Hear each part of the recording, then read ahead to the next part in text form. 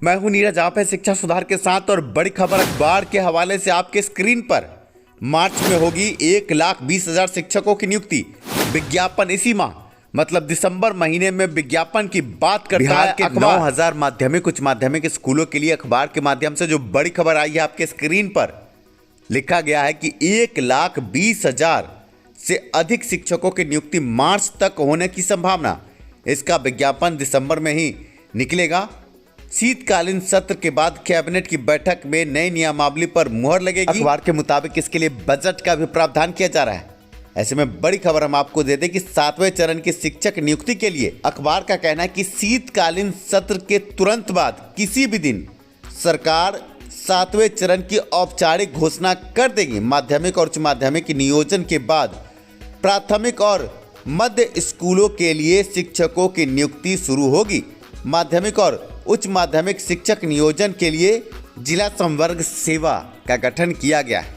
अखबार के हवाले से बड़ी खबर हम आपको दे दें, नियमावली में कोई भी बदलाव अब आपको लगभग नजर नहीं आएंगे, क्योंकि आगे इस वीडियो में नियमावली पर केस मुकदमे की जो बड़ी खबर आप देखेंगे। प्रधान शिक्षक प्रधान अध्यापक की बहाली की नियमावली पर केस हो गया है।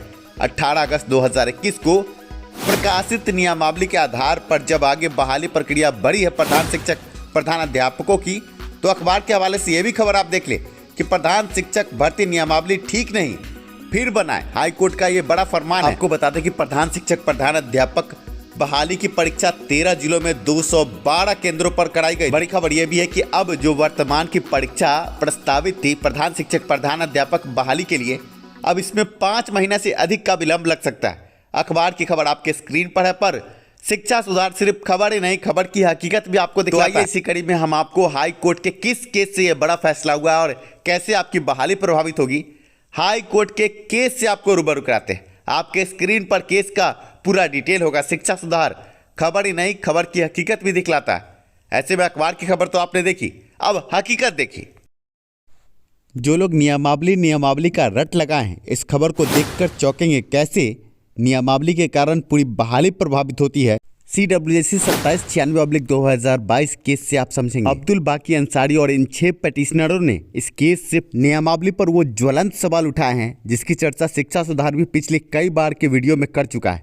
आप देख सकते हैं केस का स्टेटस और प्रधान शिक्षक प्रधान अध्यापक की बहाली पर यह बड़ा केस। प्रधान शिक्षक प्रधान अध्यापक बहाली नियमावली 2021, 8 साल की अनुभव बाध्यता। इस अनुभव बाध्यता पर उठे सवाल और सवाल उठने के बाद हाईकोर्ट पटना ने इस नियुक्ति सेवा शर्त नियमावली को निष्प्रभावित किया है। प्रधान शिक्षक प्रधान अध्यापक बहाली के नियमावली प्रारूप मानते हुए कई बड़े वक्तव्य दिए। ऐसे में आप समझिए कि प्रधान शिक्षक प्रधान अध्यापक की बहाली कहीं न कहीं अब लटकती नजर आ रही है। बड़ा सवाल यह है कि 8 साल की अनुभव बाध्यता अगर समाप्त होती है तो क्या STET सीटेट बीटेट पास अभ्यर्थी जो वर्तमान के हैं उनको भी प्रधान शिक्षक प्रधान अध्यापक बहाली में क्या आवेदन का मौका मिलेगा? आगे हाईकोर्ट पटना ने क्या क्या टिप्पणी की है आपको उससे रूबरू कराते हैं। जस्टिस PB बैजंत्री और जस्टिस पूर्णेंदु सिंह की बड़ी खंडपीठ ने एक्ट वैलिडिटी के इस बड़े केस में बड़ी सुनवाई की और क्या क्या निकल कर आया आपको हम बता दें। 18 अगस्त 2021 को प्रधान शिक्षक प्रधान अध्यापक बहाली के लिए नियमावली 2021 प्रकाशित की गई, पर अब इस नियमावली पर रोक लगी है और इसे ड्राफ्ट रूल का दर्जा दिया गया। सीधे लफ्जों में समझे तो कानून बनने से पहले कानून का जो मसौदा होता है ये बस अब मसौदा है। हाईकोर्ट ने कहा कि अब इस पर सार्वजनिक टिप्पणी और सलाह मांगा जाए, इसको प्रकाशित किया जाए और पूरे बिहार से इस पर सार्वजनिक टिप्पणी और सलाह मांगने के बाद उस प्रारूप पर विचार किया जाए। अभी वर्तमान में ये बड़ा सवाल पूछा गया, क्या इस नियमावली के बनने से पहले सार्वजनिक रूप से जैसे शिक्षक संघ और अन्य उच्च अधिकारियों के साथ विभिन्न संगठनों से इस पर सलाह और टिप्पणी ली गई? शिक्षा विभाग का कहना था कि ऐसा नहीं किया गया। ऐसे में हाईकोर्ट ने कड़ी फटकार लगाते हुए ये पूछा कि बिना सार्वजनिक टिप्पणी के सलाह के और विभिन्न संगठनों से सलाह मशवरा और मसौदे पर चर्चा के बिना कैसे आपने इस नियमावली के प्रारूप को हरी झंडी दी?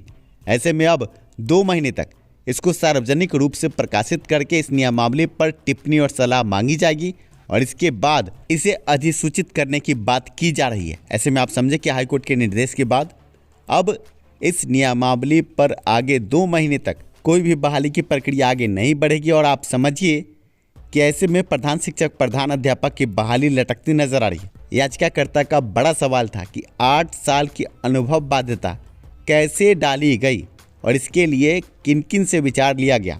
आप ये समझिए, बड़ा सवाल है कि 8 साल की अनुभव बाध्यता के कारण जो वर्तमान के सीटेट बीटेट स्टेट उत्तीर्ण अभ्यर्थी हैं वो आवेदन नहीं कर पाए थे इस बहाली के लिए, और लगातार ये आवाज़ उठ रही थी कि इसमें बदलाव किया जाए, अनुभव की 8 साल की बाध्यता को समाप्त किया जाए, कम अनुभव के साथ इसमें आवेदन का मौका दिया जाए। आपको ये जानना चाहिए कि अब्दुल बाकी और अन्य 6 पेटिशनर उर्दू टीटी उत्तीर्ण हैं और इस एक्ट वैलिडिटी के केस के जरिए उन्होंने बड़ा सवाल उठा दिया है। माना जा रहा है कि राज्य के 10,000 स्कूल इससे प्रभावित होंगे, जहां पर प्रधान शिक्षक प्रधान अध्यापक की बहाली होनी है 2 महीने तक।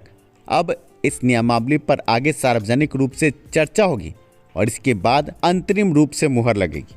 इस खबर के कई मायने आप समझ सकते हैं कि वर्तमान में बिहार सरकार कोई भी नियमावली बनाती है उस पर कहीं भी कोई जिक्र नहीं होता, सार्वजनिक रूप से उस पर चर्चा नहीं होती और विभिन्न शिक्षक संगठनों से उस पर राय मशवरा नहीं लिया जाता। ऐसे में अभी वर्तमान में नियमावली 2020 जो प्रभाव से है और जिस पर 7वें चरण की बहाली आगे होनी है, इस नियमावली को बदलने की बात आ रही है और कई तरह की भ्रामक खबरें आप आम अभ्यर्थियों के बीच में प्रस्तुत किए जाते हैं। पर इस खबर को देखने के बाद आप समझे होंगे कि कोई भी नियमावली ऐसे ही अस्तित्व में नहीं आ जाती, उसके लिए कई तरह की प्रक्रियाएं होती हैं, जिन प्रक्रियाओं का पालन बिहार सरकार शिक्षा विभाग नहीं कर रही है। अब देखना यह है कि नियमावली 2022 की बात जो शिक्षा विभाग कर रही है, साथ में शिक्षा मंत्री भी कई बदलाव की बातें कर रहे हैं। आगे 7वें चरण से पहले नियमावली 2022 कहा जा रहा है कि 25 दिसंबर से पहले नियमावली आपके सामने होगा। अब उस नियमावली पर क्या क्या सवाल उठते हैं, इसीलिए हम कह रहे थे कि ज़्यादा नियमावली के चक्कर में ना पड़ के हमें नोटिफिकेशन की मांग करनी चाहिए। ऐसा ना हो कि नियमावली के नाम पर भ्रम फैलाने वाले आगे इस पर भी केस मुकदमा करके आपकी बहाली को ही फंसा दे।